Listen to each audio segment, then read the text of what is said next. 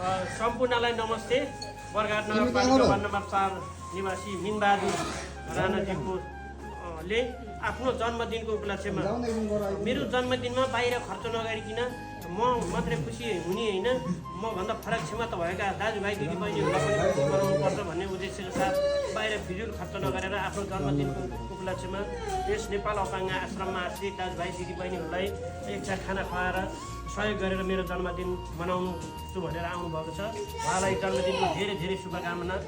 उहाँलाई राम्रो होस्, भगवान् श्री पशुपतिनाथले सधैँ रक्षा गरून्। फेरि पनि मेरो व्यक्तिगत तर्फबाट संस्थाको तर्फबाट जन्मदिनको धेरै धेरै शुभकामना दिँदै उहाँ जस्तो समाजसेवी छोरालाई जन्म दिने बुवा आमालाई पनि म धेरै धेरै धन्यवाद दिन चाहन्छु।